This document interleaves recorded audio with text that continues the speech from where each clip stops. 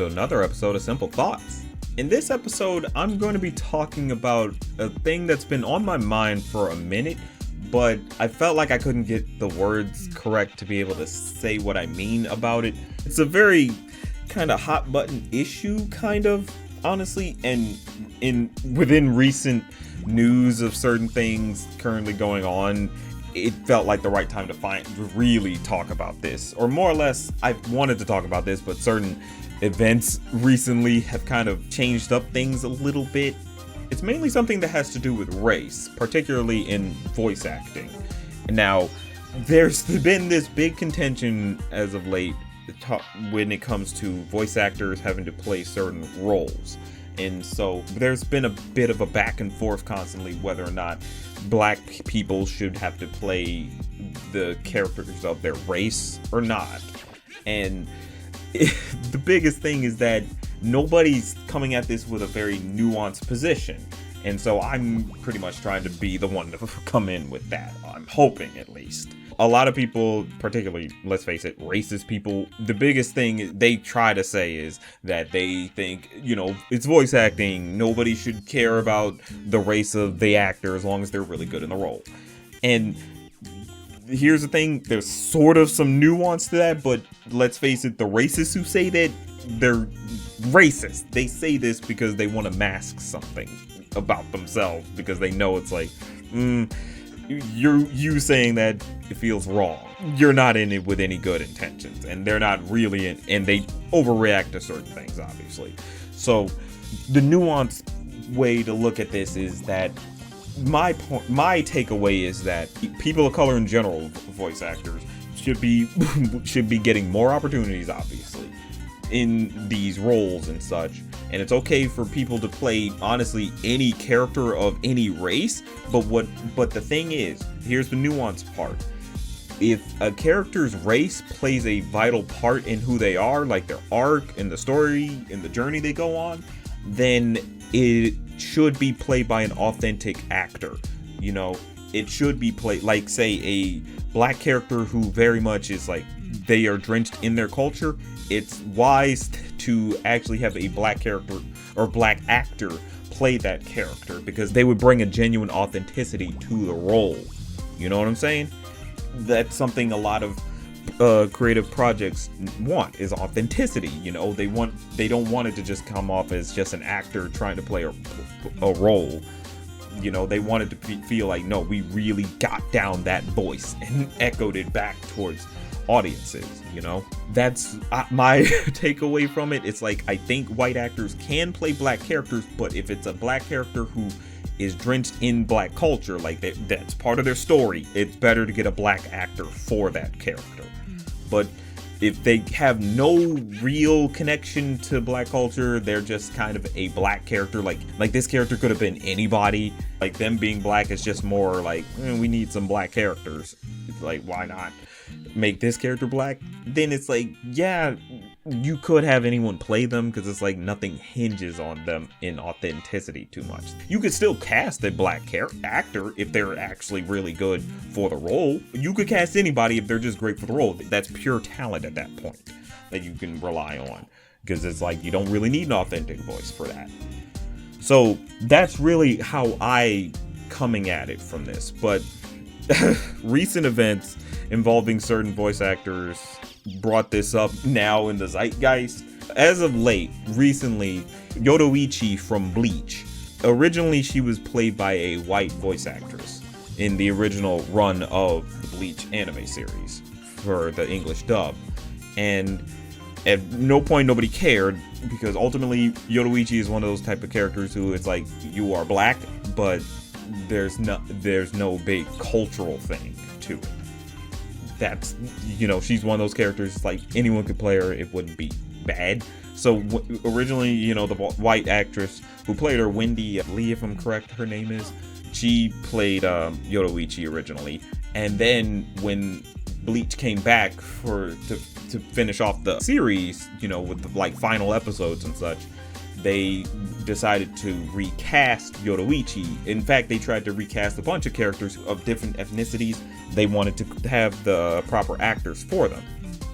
And that wasn't necessary, but I'll get a little bit into that a bit later, because there's a particular reason that always bugged me about it. But overall, they replaced all those actors with the actors who fit the characters' ethnicities, and they did that with Yoruichi, and she was now played by Aniris Quinor. No, I don't know her name properly, but I'll put it in just so you see it. And she is a pretty well-known black voice actress, actually. She's played major anime characters and roles like Mirako from My Hero Academia. And so it's like she took over for Yoruichi, which was like, okay, cool. But sadly, anime fans show their ass a lot and show they don't understand the animes they watch, and basically just threw a hissy fit. And Viz Media, the people who like do the dubbing for Bleach, they decided to swap them back. Like brought Wendy Lee back for Yoruichi, and it's just like, wow, that was messed up. I can't believe you just kowtowed to the racists. Like, come on, man. I mean, here's the thing. It's like, personally, in my whole stance of this, they could have just left it alone. They could have just not recasted Yoruichi at all, and it would have been fine. But the fact is, they did go this route of switching them. So it's like, okay, you should have just stuck to it then. Never give anything to racists. They deserve nothing. Racists deserve nothing. Keep that in your mind, okay? So it was just one of those things that was just messed up. It's like, whoa, you just took that away from her just because racist assholes were mad? Screw them. If they're mad, whatever. They're still gonna watch. Let's not get it twisted. They ain't got nothing else going on for them. This is the only thing good going on for them. So they're going to continue watching regardless of their gripes. They'll complain and bitch about it, but the money ain't about to stop. Let's just say that, okay? With this situation, people came to Aniris's comfort, because it's like, yo, that's messed up. You lost out on a cool role because of some racist jackasses, and that's unfair to her. Now, it would have been all fine and dandy. It's like, we would have moved past it. It sucks, obviously. We know Aniris is good, and she was gonna get casted, and she's been casted in so many roles, obviously, so she's gonna be casted in future roles. We knew that. It's just, in the moment, it still sucks that she lost this role because of racist reasons. You know what I'm saying? That's the real angering point of this. And so the big problem is Wendy Lee gets mad for some reason for everybody comforting her. She pulls a Karen moment. You know what I'm saying? She makes it about herself and tries to downplay what happened. It's trying to say stuff like, oh, everybody, you're all overreacting. She's going to be okay. She'll be fine. Like, actors get replaced all the time. And it's just like, what? What the hell are you doing? This wasn't about you. Like, nobody was mad at Wendy Lee because she came back or was brought back on to take back the role or anything like that. Nobody was talking about you. This was about Aniris and these racist assholes having some control over things. So it's just crazy, and it's like, you're showing your ass right now. I don't know why you're doing this. But it brought up the conversation now where it's like, we need to make it clear that it's like, hey, black people should be allowed to play roles that fit with them and their race and all that. And yes, that's true. But like I said earlier, I think it's like, it's okay for anyone to play any type of role even roles of a character that's a different race than them, as long as the character is not, supposed to be drenched in their culture or anything like that. They're a very vanilla character. Like, anybody could be this character. That's where the nuance is like, okay, anyone could be this character, anyone could play them. It doesn't matter, as long as they're just good at acting.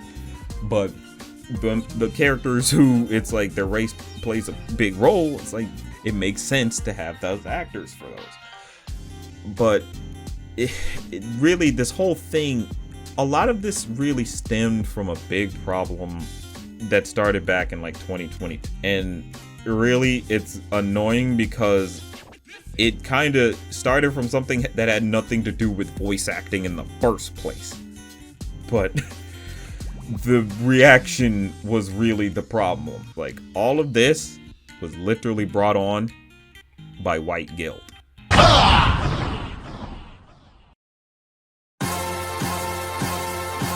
Hey y'all, I wanted to take some time to do a spotlight of some indie projects and shows that are already out right now, because I really think indie is a very important thing that we should show our love and support for. These are projects that are made by people who are very passionate about the medium of animation, and we definitely need to give some type of support to them, and I just wanted to use my platform to give a shout out to a few every now and then. I'm gonna make it more means to put you in the know about these indie projects and shows that are out there for you to support. The indie I got for you today is called Sinking Roads. Created by Baphomet the Clown on YouTube and Twitter, it follows a character named Dottie Duet who gets transported to a strange place called Sinking Roads Village, but all's not well with some of the heads of the village being weary of her presence. It's a very unique looking film from what's been shown of it. The art style allows for some twisted images that fits the theme of circuses really well. It's a big colorful cast of characters as well that have such cool designs to them that you just have to know what's their story in all of this. It helps that they have distinct personalities to them as well. Now this film is still being made, but you can show your support for it over on their channel. There's even a website with more info on the characters as well as some behind the scenes stuff over on the channel. It's a very unique idea that should get way more eyes on it.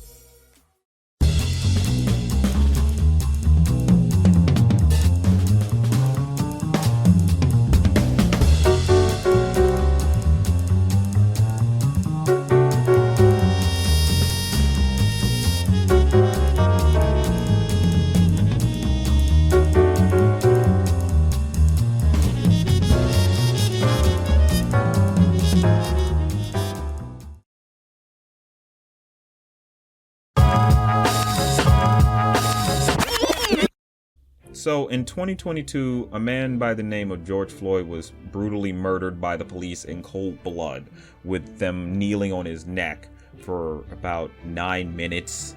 It shook the nation. People saw how horrendous that was. And, you know, there were protests because of it. And it got people constantly talking even more about police brutality and the power and how much power the police actually have and everything like that. But the thing is, corporations got wind of it and were really panicking and thinking about this and that and trying to show that it's like, no, we believe in equality and all this and all that. And it's like, okay, whatever. For some of y'all, you do pandering, which is annoying. Others, maybe they just leave it at just donating, which is like, that's fine too. But then some of them get a little overzealous. So this is coming after I've edited this video. It's just a bit of an addendum I wanted to make about the whole white guilt thing. The biggest takeaway from all of this was the fact that it kind of distracted from the bigger problem of a black man being killed by the system. A system to which his tax dollars were paying for. Wrongfully, mind you. That is really what this was all about, but then corporations got involved, had the white guilt and thought of stuff to try to help black people, but inadvertently distracted from the bigger problem of fighting back against the system. They didn't really help with calling out the system and all of its problems. There were a few contentions here and there, but not that much. Overall, this was just a case of they very much should have been listening to black people, hearing out what we had to say and what really was needed, you know, versus just jumping the gun and getting involved in this whole manner and distracting from the bigger problem. One instance was the voice acting industry. They decided pretty much that it's like, okay, black people want more roles in representation and such. Okay, let's hire more voice actors, black voice actors. It's like, cool. But the one caveat though was that they were hiring black voice actors to replace the white voice actors for the like legacy black characters and such. It's like, we didn't need you to replace anybody. We just needed you to focus more on like who else you can pick for roles, you know? Like, there are black people who have amazing talent here and you're neglecting them. It's like, there are people of color in general that you could be hiring for these roles and you're just not. That's the real problem. You didn't have to do this extra shit of switching the voice actors, because a lot of these characters who got switched weren't actually like black characters who were drenched in black culture. You know what I mean? These were the types who were like, yeah, they were pretty vanilla characters. Anyone could play them. Certain characters that got replaced was literally like 2 Simpsons legacy characters, like Carl and Dr. Hibbert. Like, both of them got replaced, even though it's like their race doesn't play into anything. Like, those 2 got replaced, and it was like odd.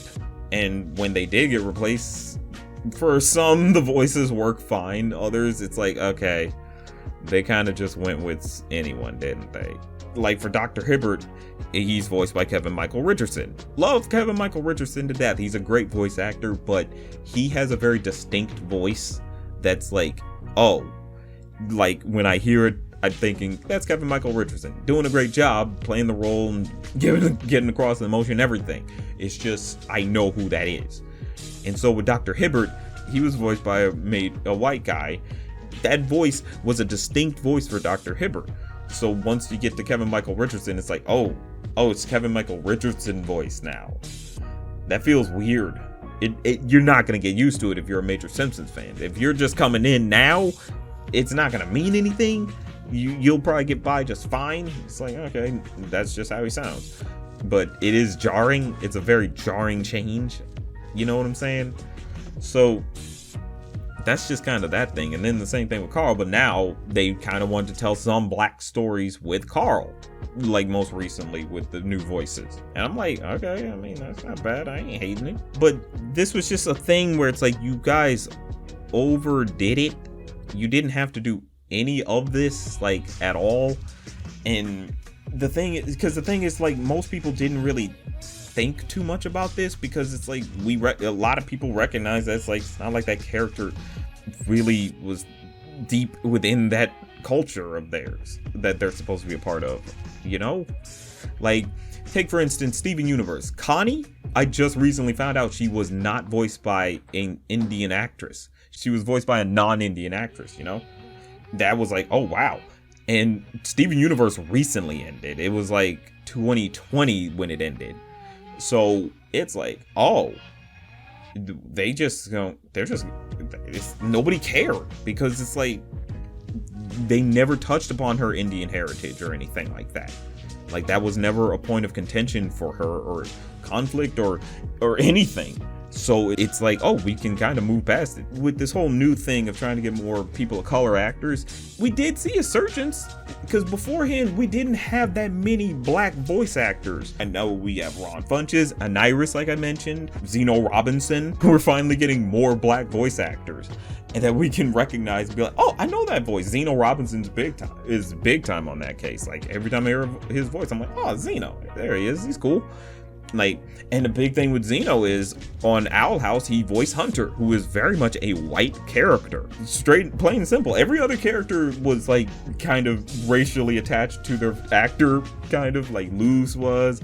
Surprisingly, Willow is in a kind of double sense. Zeno, he's the only one he voices a character who is very much white, while Zeno himself is black. So, like, that's going on, and nobody's mad at that, because it's like there's no deep embedded like white culture thing to him, so he could be voiced by Zeno, a black guy, you know. So that's just where it's been going, and honestly, it's just a case of like white guilt fucked it all up with how they did it. Now, thankfully, it's starting to mesh out a bit better. It's just there's still clearly some weirdness going on. Like, they cast Asian actors weirdly, where they have a Korean actor voicing a Chinese character who's deeply embedded in like Chinese culture. So it's like, okay, yeah, they really are like dropping the ball on here. But, you know, there have been good threads, I'll probably link down below, like, that touch upon this stuff and say some good things that I think people should be thinking about when it comes to this whole thing. It's like, first and foremost, we shouldn't be listening to the racists who get mad. They don't deserve anything, okay? Don't ever give them any concessions, okay?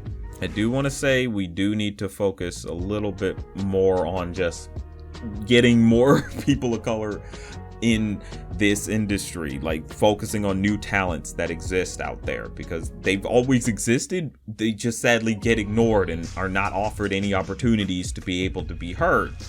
And so it's like, now we can do that, okay? That's what needs to be pushed more. I think, like, it's okay for anybody to play any character, but characters of a particular ethnicity or a background, you're gonna get a more authentic voice if you get someone of that same background or a similar background. You know what I'm saying? That's really what it comes down to. And I think that's something we just need to keep in mind when it comes to voice actors and playing particular roles in this industry, honestly. I think it just comes down to that, and just also listening to each other, like not lashing out because things aren't going your way. Like, come on. Like, we're all in this together and we're all trying to do this right. Like, there have been plenty of voice actors who played different roles, or played characters of different ethnicities. We're to the point where it's like, I can't imagine a different voice. Like Phil Lamar with Samurai Jack, you know, it's just a big important thing to keep in mind, that it's like, depends on the character, like context, nuance. We just always need to keep that in mind when it comes down to this whole thing. But that's just a thought.